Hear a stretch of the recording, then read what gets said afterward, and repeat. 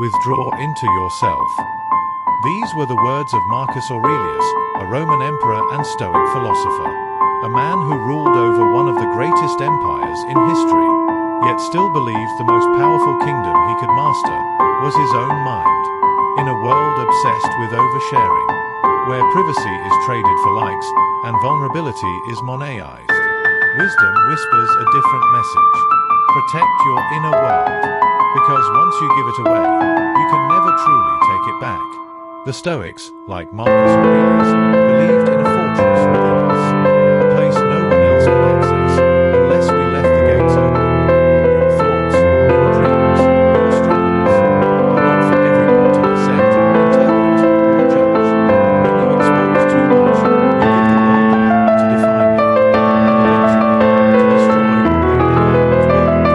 Ask yourself, what do you gain from sharing your every move, your pain, your plans? Validation, attention, a momentary illusion of connection. But here's the truth. What begins as connection often ends in control. You lose your story to those you know. Your purpose becomes gossip. Your ambition becomes envy. Your joy becomes someone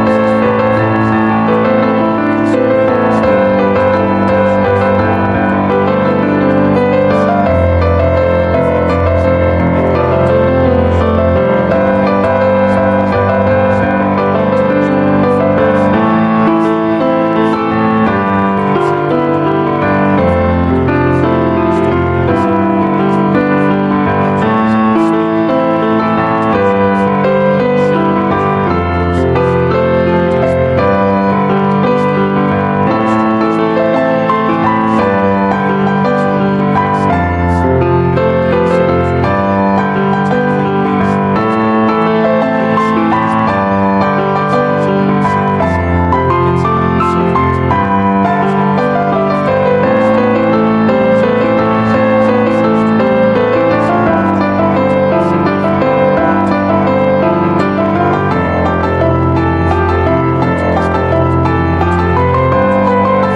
Marcus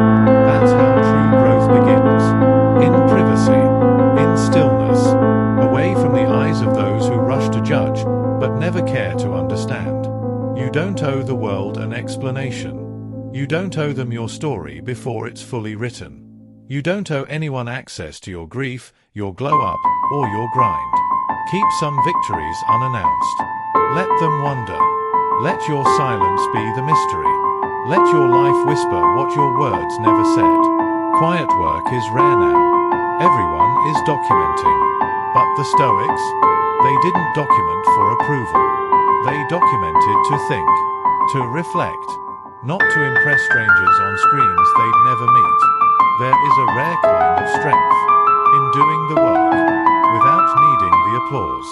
In private, we remember who we are, not what the algorithm tells us, not what the world demands, but who we were before the noise.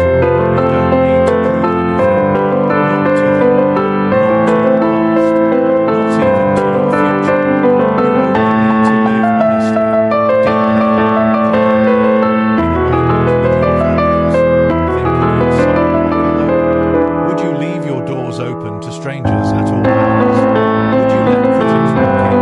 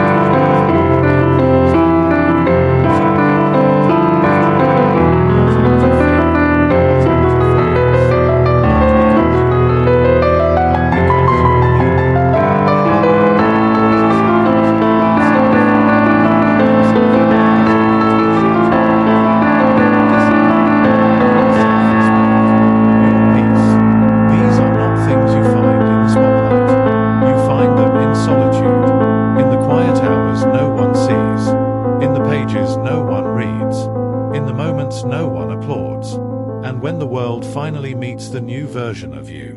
The version built in silence, strengthened in privacy, and led by calm. They won't just see the difference. They'll feel it. Because true power doesn't announce itself. It just walks in the room. Unbothered, unreadable, and undeniable. There is a certain peace in being unknown. A quiet liberation in not having to explain yourself. To move through the world with nothing to prove and no need to be understood.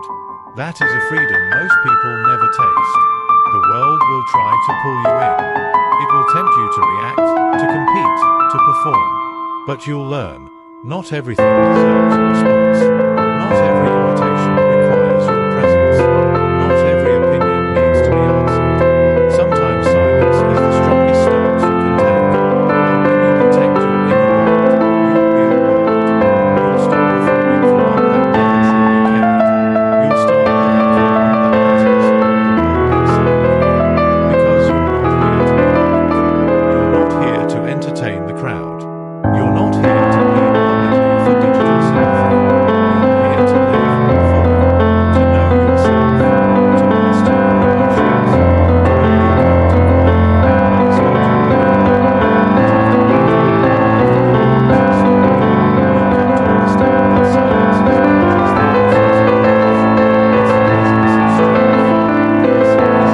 it's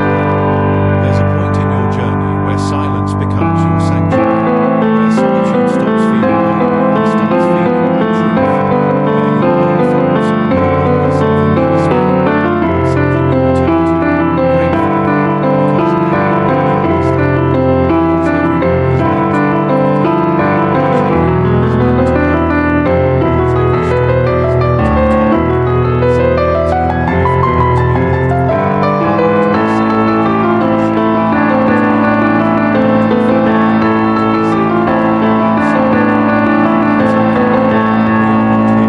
a choice to cultivate, not consume.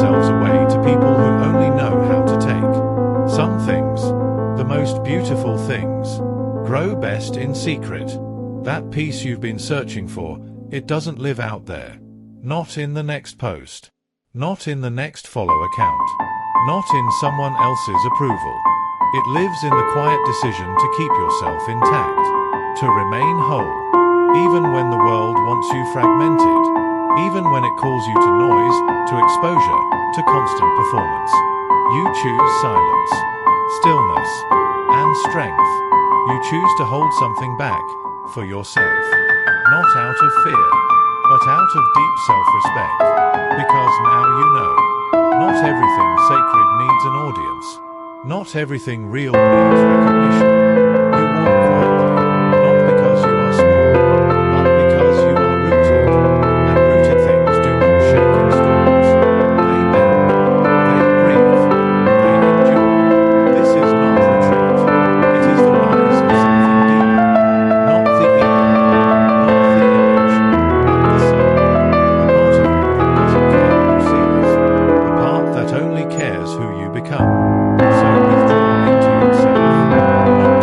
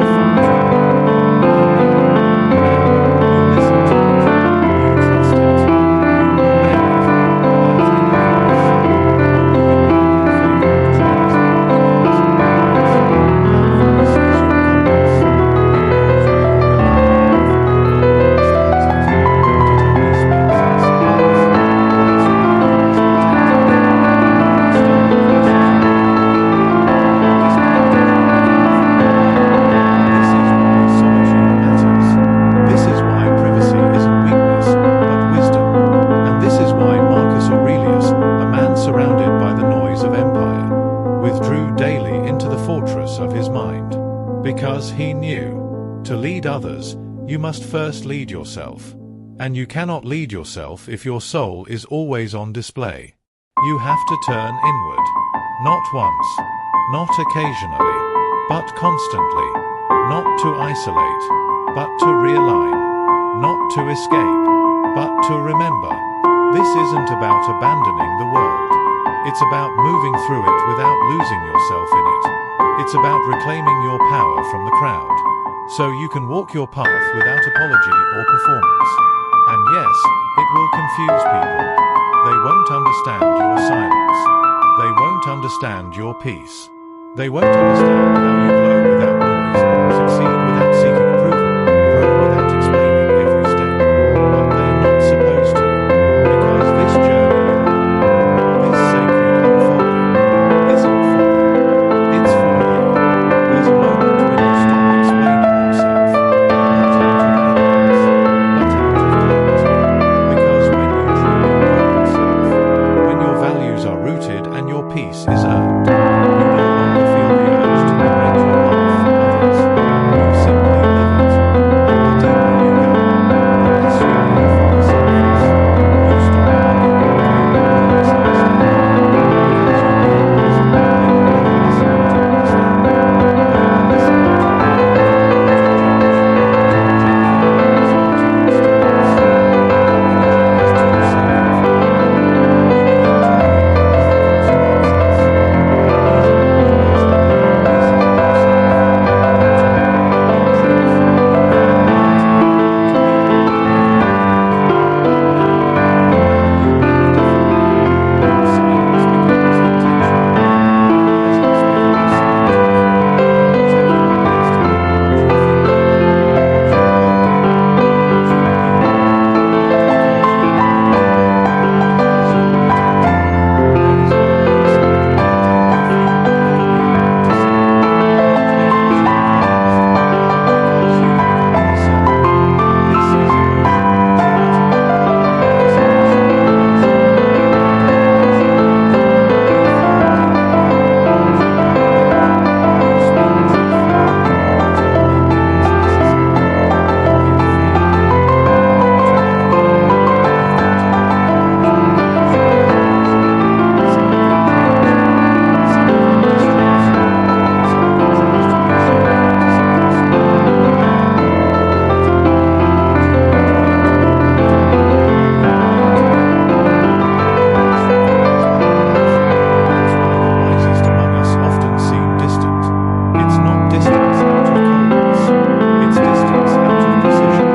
Because to create something meaningful, to live the depth, to walk the inner life, you must say no to 1,000 distractions. You must guard your focus like a sacred fire. Because the world is full of noise, and your clarity is rare. So you don't go where the volume is highest. You go where the impact is deepest. You don't speak to everyone. You speak where your words carry weight. You don't move to be seen. You move with quiet conviction. Because you know where you're going, even if no one else does. And that's the difference. You used to need validation. Now you need solitude. You used to crave applause. Now you crave integrity. You used to look outward. Now you look inward. Not because you've changed who you are, but because you've returned to who you always were, before the world taught you to perform. And in this return, in this quiet, deliberate recentering of your soul, you've become powerful. Not in the way the world defines it, not through domination, or noise, or fame, but in the only way that matters, through self-command, through inner stillness, through the unwavering peace that comes when you no longer need to explain, because your life speaks for itself. You stop needing recognition the moment you realize presence is enough. You don't have to be loud to make an impact. You don't have to post it to make it real. You don't have to announce it to validate its importance. Some of your greatest decisions, your most honest breakthroughs, your deepest healing, will happen in rooms no one else enters. That doesn't make them less real. That makes them yours. Because Because now you've remembered what the noise made you forget. You don't own the world you're becoming. Your process is sacred. Your silence is sacred. Your growth, even when invisible, is sacred. There's no shame for forgiveness, no meaning for maturity, no trophy for perseverance. There's something better, self-respect, clarity,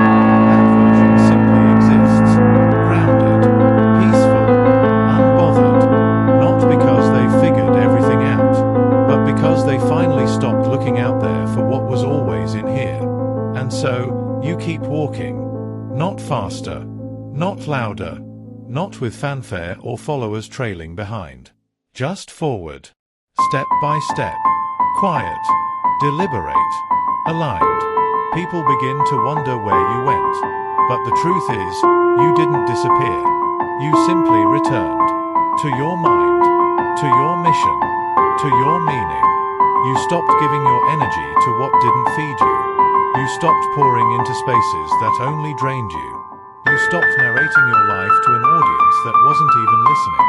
And in that silence, something happened. You heard your own voice again. You remembered the sound of your breath,